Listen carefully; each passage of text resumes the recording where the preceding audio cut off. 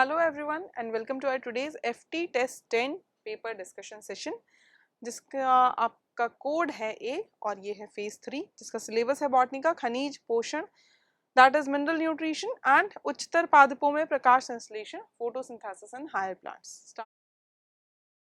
All of the following are criteria for essentiality of an element except निम्नलिखित में से किसके अतिरिक्त अन्य सभी एक तत्व की अनिवार्यता के लिए मानदंड हैं.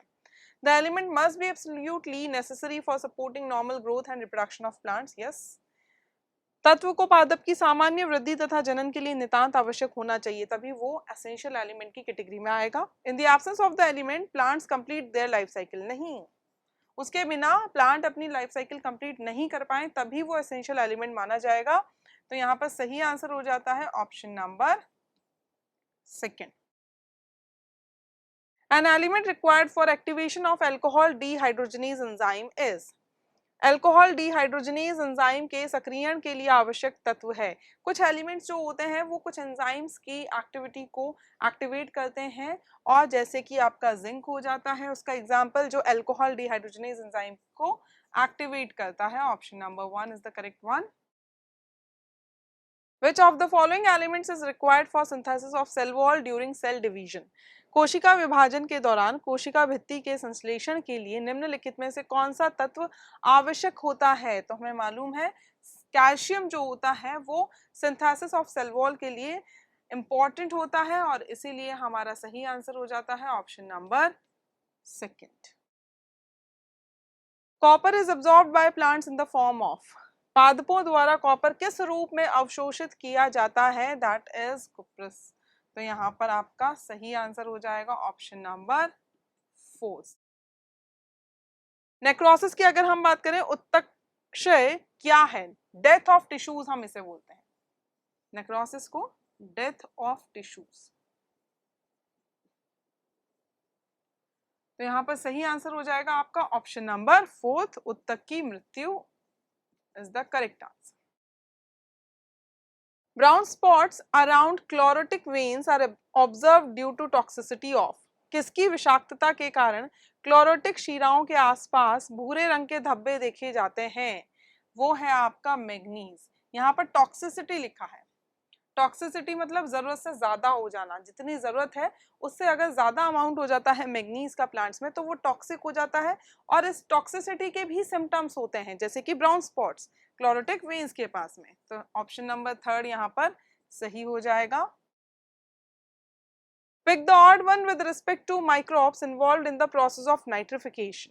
नाइट्रीकरण की प्रक्रिया में शामिल सूक्ष्म जीवों के संदर्भ में एक विषम का चयन कीजिए. नाइट्रोसोमोनास नाइट्रिफिकेशन में पर सूडोमोनास जो है वो नहीं होता है. वो डीनाइट्रिफिकेशन का हम बोल सकते हैं माइक्रोब है. Denitrification.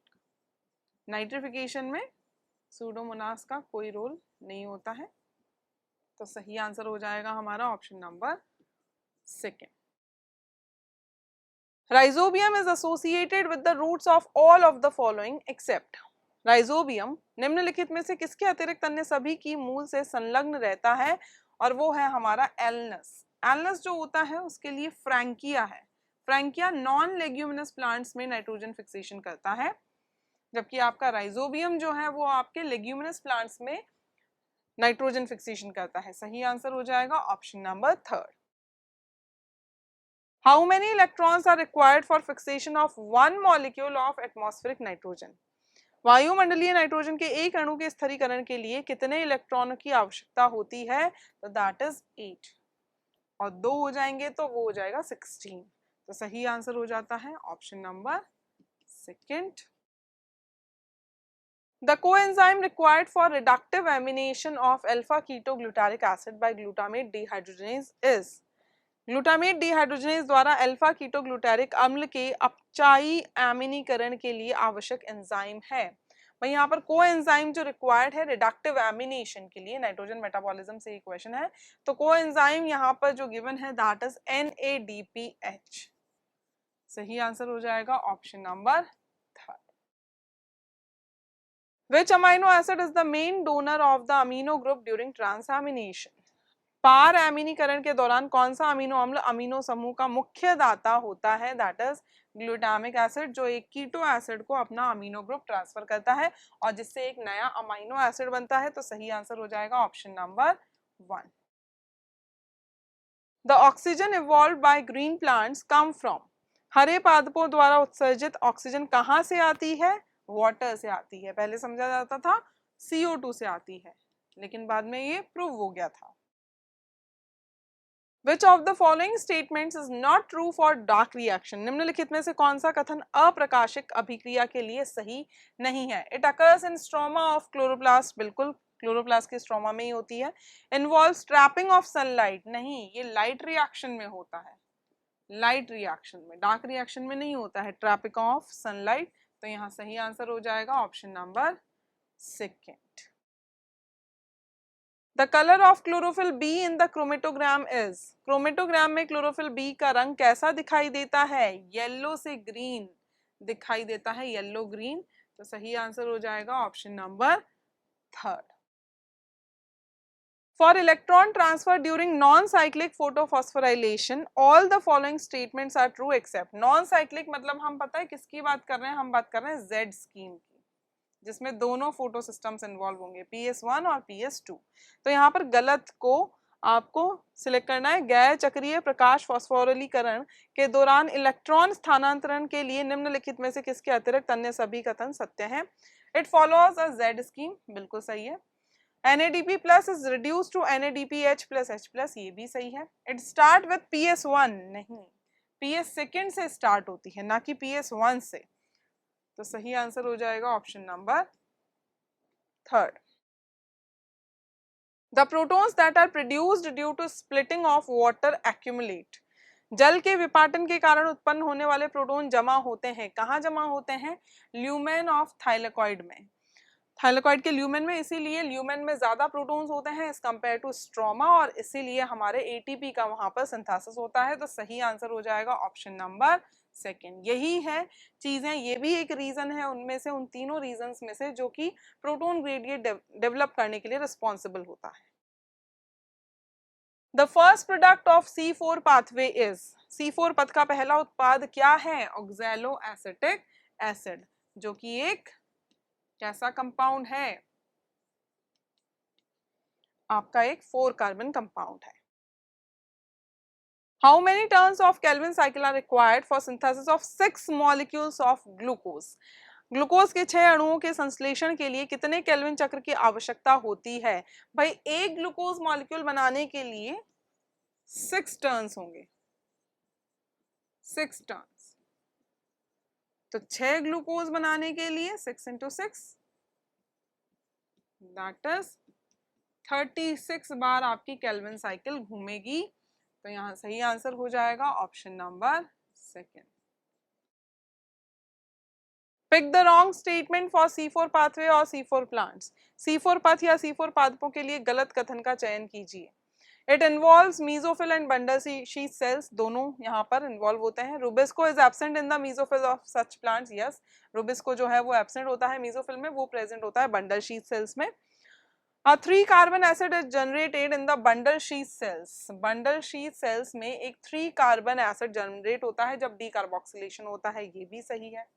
The first stable product is always malic acid, नहीं, फर्स्ट स्टेबल प्रोडक्ट जो होगा वो होगा ऑक्सैलो एसिटिक एसिड, एक 4 कार्बन कंपाउंड, ठीक है। तो यहाँ पर सही आंसर हो जाएगा option number 4। Which of the following processes is absent in C4 plants? C4 पादपों में निम्नलिखित में से कौन सी प्रक्रिया अनुपस्थित होती है? That is photo respiration, सही आंसर है ऑप्शन नंबर 4।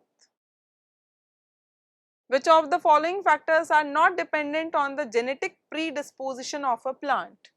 निम्नलिखित में से कौन सा कारक पादप की आनुवांशिक प्रवृत्ति पर निर्भर नहीं करता है? साइज ऑफ लीव्स निर्भर करेंगी, एज ऑफ लीव्स भी करेगी, CO2 कॉन्सेंट्रेशन ऑफ एटमॉस्फेयर, ये एक एक्सटर्नल फैक्टर है, एक्सटर्नल फैक्टर। तो ये इंटरनल फैक्टर मतलब जैसे जेनेटिक्स वगैरह पे डिपेंड नहीं करेगा। तो सही आंसर हो जाता है ऑप्शन नंबर 3, वायुमंडल की CO2 सांद्रता। Which is the wrong statement with respect to light as a factor affecting photosynthesis? प्रकाश संश्लेषण को प्रभावित करने वाले कारक के रूप में प्रकाश के संदर्भ में कौन सा कथन गलत है? Light saturation occurs at 10% of full sunlight, सही है। प्रकाश संतृप्ति पूर्ण सूर्य प्रकाश के 10% पर होती है। At low light intensity the relationship between incident light and CO2 fixation rate is linear.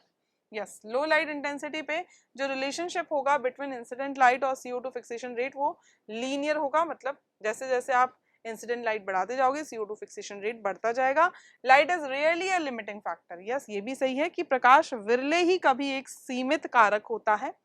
Rate of photosynthesis will not change at increase in light intensity beyond a point. जो rate of photosynthesis है वो change नहीं होगा अगर हम light intensity बढ़ाते जाएंगे, एक लिमिट के बाद में चेंज होगा और वो फोटो ऑक्सीडेशन करेगा। तो यहाँ सही आंसर हो जाता है option number 4। The most abundant enzyme in the world is rubisco. बहुत सीधा सा क्वेश्चन है, विश्व में सबसे प्रचुर मात्रा में पाया जाने वाला एंजाइम कौन सा है? रूबिस्को। सो गाइज ये था आज का हमारा FT10 पेपर डिस्कशन सेशन। मिलते हैं हम लोग नेक्स्ट टेस्ट पेपर के साथ में। Till then you guys stay safe and keep learning. Thank you.